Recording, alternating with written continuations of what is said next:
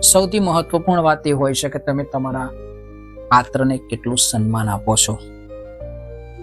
તમે ડોક્ટર છો, તમે વકીલ છો કે તમે અભિનેતા છો, પણ તમારા ઘરની અંદર તમે એક જ સંબંધથી જોડાયેલા છો અને એ સંબંધ છે પતિ પત્નીનો.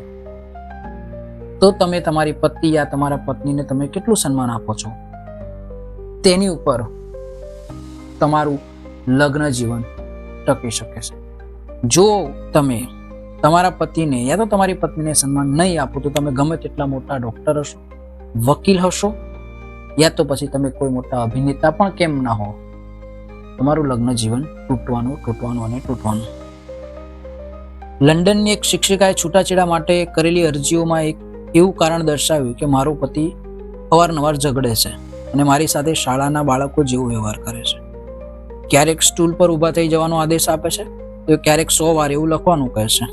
હું હવે નહીં ઝઘડું અને રોજ સવારે વહેલી ઉઠી જઈશ.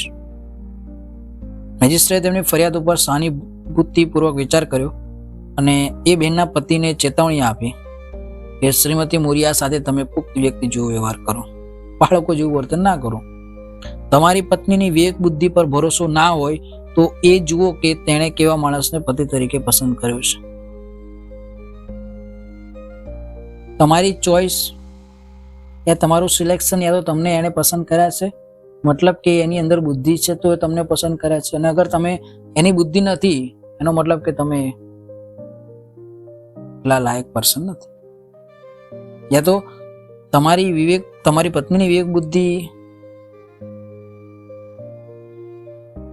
જે છે એ તમને પસંદ કરેલા છે એના પર તો છે, એ જ એનું માપદંડ છે.